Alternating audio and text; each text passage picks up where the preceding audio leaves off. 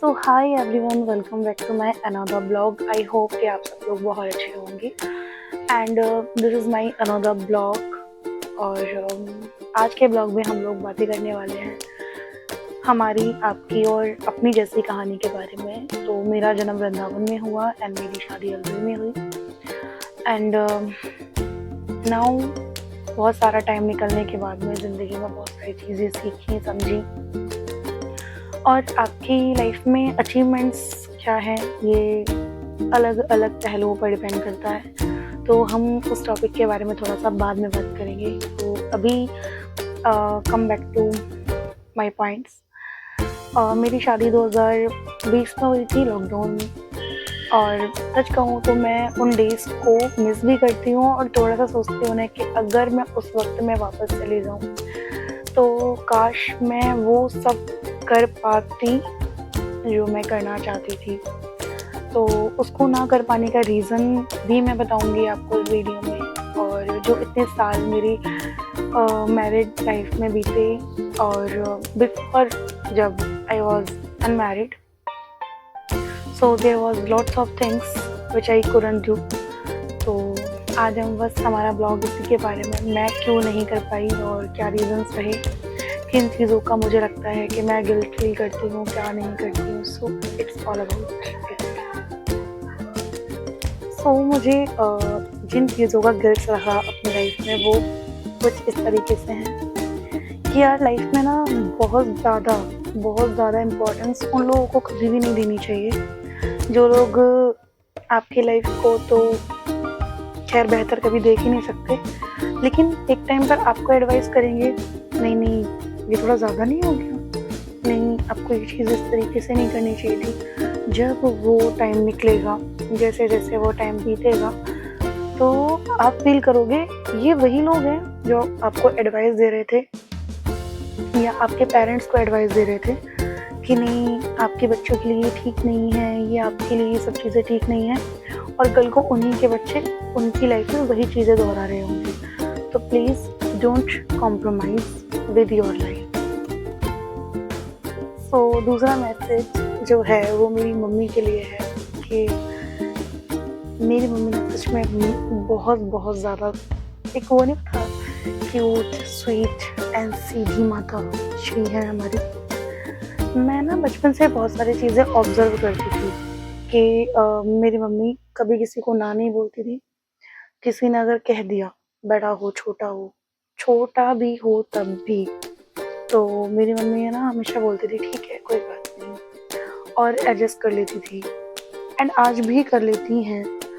तो मैंने हमेशा जब तक मैं बड़ी हुई, जब तक मेरी शादी नहीं हो गई है, अब मेरी शादी हो गई है, उसके बाद भी मैं वहाँ रहती तो नहीं हूँ, लेकिन मुझे बहुत अच्छे से पता है कि वो कैसी हैं कैसी नहीं हैं। और सच में मम्मा आपने बहुत कॉम्प्रोमाइज़ेस किए हैं और इन कॉम्प्रोमाइज़ेस की वजह से आपने सहा बहुत ज़्यादा है। सो पता है जितना आप लाइफ में सहते जाते हो और कॉम्प्रोमाइज़ करते हो ना, लोग आपको उतना और दबाते हैं। मतलब दे वांट कि यार ये बंदा कभी उभर ही ना पाए।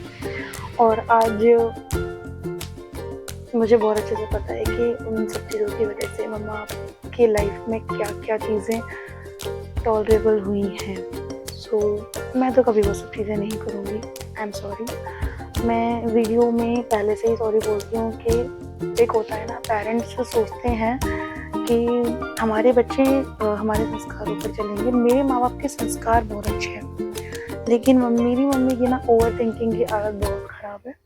तो मेरे अंदर में भी वो चीज़ें ट्रांसप्लांट हुई, बट उन चीज़ों को मैं धीरे धीरे ठीक कर चुकी हूँ 95% तक, और मैं आगे कर लूँगी। सो मम्मी यार उधर जाओ यार प्लीज़। दुनिया आपकी जितनी खूबसूरत, इतनी हसीन नहीं है जैसे आप सोचते हो। लोग हमेशा सोचते हैं कि बस इसका फ़ायदा कैसे उठाया जाए।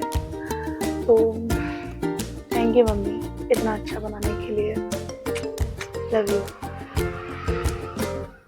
नेक्स्ट मैसेज है मेरे पापा के लिए। तो पापा का नाम आते ही मेरे फेस पर स्माइल नहीं बनती है, because he is that person कि वो स्ट्रॉन्ग भी हैं और कंपैरेटिवली इंटेलिजेंट भी हैं, माइंडफुल भी हैं। और सच बताऊँ, मतलब he is that kind of person कि अगर वो मेरी लाइफ में नहीं होते ना तो मैं इतना कभी स्ट्रॉन्ग ही नहीं बन पाती। पता है, जब बच्चे गलत करते हैं ना तो उनके पेरेंट्स बोलते हैं कि तुमने ये गलत कर दिया, वो गलत कर दिया, ऐसा कर दिया। बट शायद मेरे पापा और मेरी मम्मी, मेरी पूरी फैमिली, मेरे भाई ऐसे नहीं हैं कि जो चीज़ों को इम्पोज करें कि वर्षा तुमने अपनी लाइफ में ये गलत किया था और पूरी लाइफ उस चीज़ के लिए मुझे ब्लेम करें। नहीं, वो मतलब उनको पता है कि अर्ली एज में बच्चों से कुछ गलतियाँ हो जाती हैं, कुछ चीज़ें ऐसी हो जाती हैं, बट दे आर सपोर्टर।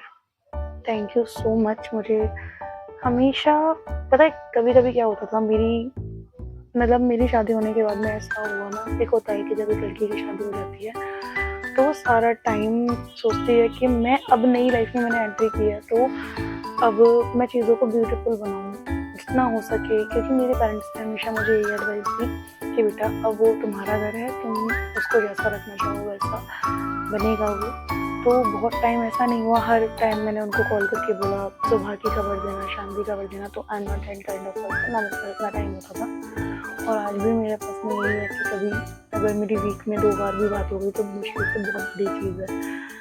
तो आज भी जब भी हमारी बात होती है, सच कहूँ मैंने ना एक बात छुपाई है आप सबसे कि जब भी मैं सैड होती थी तब मैं आपसे बात नहीं करती थी, और आज भी मेरा यही रूटीन है कि जब मैं एकदम चीयरफुल होती हूँ, जब मैं खुश होती हूँ, जब मेरी लाइफ में पॉजिटिव चीज़ें होती हैं, जब भी मैं आपसे बात करती हूँ। तो इसका मतलब सीधा सा है कि आप लोगों ने बहुत किया है, बहुत किया है, और थैंक यू मेरे ऐसे प्लस करने के लिए कि मुझे कभी भी लाइफ में ना डर नहीं लगा। मैं हमेशा इस चीज़ के लिए स्टेबल थी कि नहीं, मेरे पीछे कोई है, और थैंक यू सो मच। और हाँ, अब इस ब्लॉग में मैं सारी चीज़ें कवर नहीं कर सकती हूँ, तो मैं ब्लॉग्स को पार्ट्स में ही अपलोड कर रही हूँ।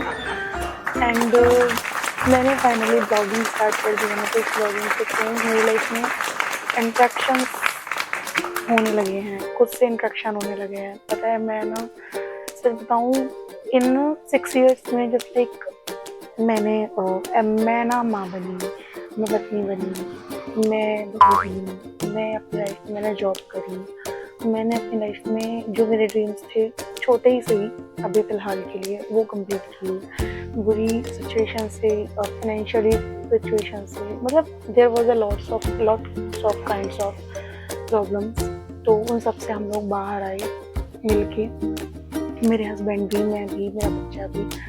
और नाउ अब हम लोग उस सिचुएशन से खैर बाहर आ चुके हैं। आप पूरे वीडियो में ये फील करेंगे कि मेरी वॉइस टोन, मतलब आज जो मेरी वॉइस टोन है ना, वो पहले की वॉइस टोन से मैं कह रही हूँ कि 95% दबी हुई है।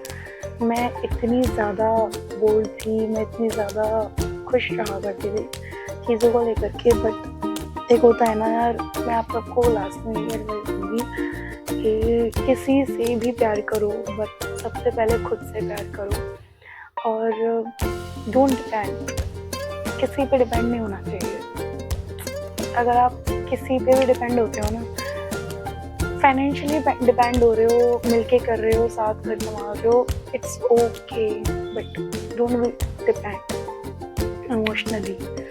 तो धीरे धीरे सर्वाइवल चल ही रहा है और आगे बढ़ रहे हैं लाइफ। आई होप कि आप सब लोग अपना बहुत से ख्याल रखेंगे, और thank you so much for watching my video. And बस स्क्रॉल करके मत छोड़ देना, प्लीज़ लाइक एंड कमेंट। और मैं ऐसे ही हूँ और खुद को बेटर करने की पूरी कोशिश कर रही हूँ।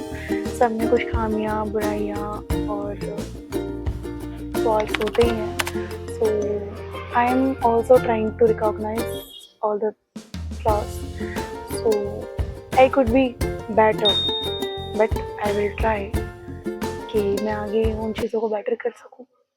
Thank you so much for watching my video. मिलते हैं नेक्स्ट ब्लॉग में।